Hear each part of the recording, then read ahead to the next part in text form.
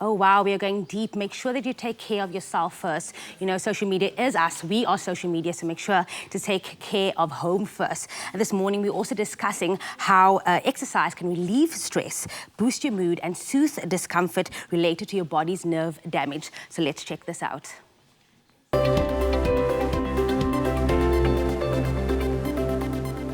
Now, sometimes our diet and lifestyles can lead or can make more difficult to get enough energy and enough of certain nutrients in our body, which is exactly why the deficiency of certain vitamins can develop. And luckily, we're joined this morning once again by Doctor Fourie, and he's here to discuss exercise and how it can relieve stress, boost your mood, and soothe discomforts related to your body's nerve damage, which can be caused, of course, by the deficiency of certain nutrients and vitamins, as we've learned over the past couple of weeks.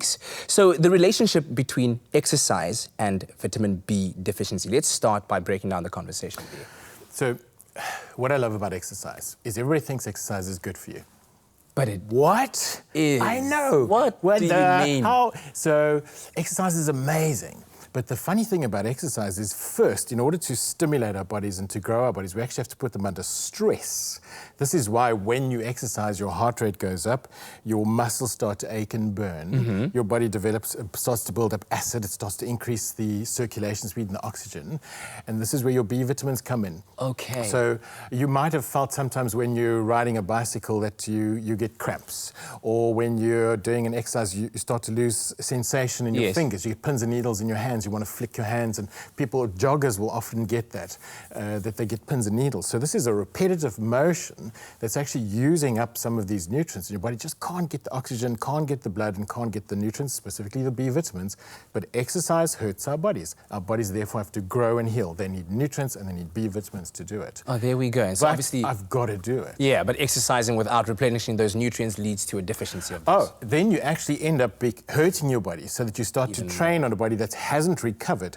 Now you can actually start to generate disease. Oh my word. One of my sort of weirdest comments to my patients who come in with fatigue is, stop exercising. Focus on your nutrition. Focus on your sleep.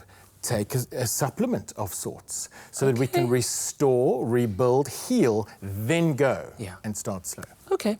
So when we look at specifically vitamin B deficiency as it relates to certain risk groups, and diabetics being one of them, let's talk about how it is that they are affected, this particular... Diabetics just have type 1 and everything type 2. more difficult. Oh, sorry, this. So the type 1 is the patient who's been a diabetic since they were children. So they've been 10 or 11 when they were diagnosed, and they often end up in hospital, and we find that there's no insulin in the body, and they have to have the injectable form of it.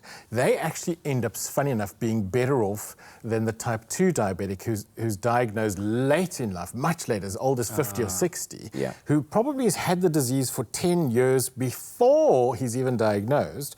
This disease process has been building up in them for 10 years easily.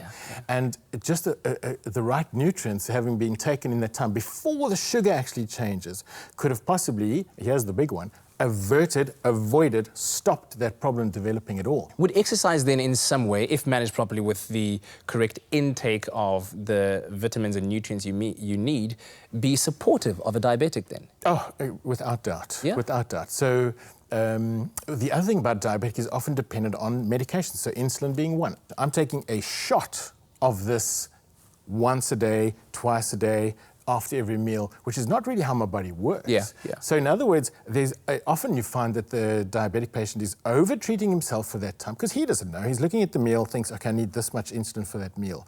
Sometimes it's enough, sometimes it's too little, sometimes it's too much. Something in your body's got to make up the difference of that. And this, again, comes to your adrenal gland and your nutrients, which are trying to bring the balance. So getting stuff circulating through diabetic's body. His biggest threat is his heart and his kidneys. This is where he needs blood and he needs oxygen.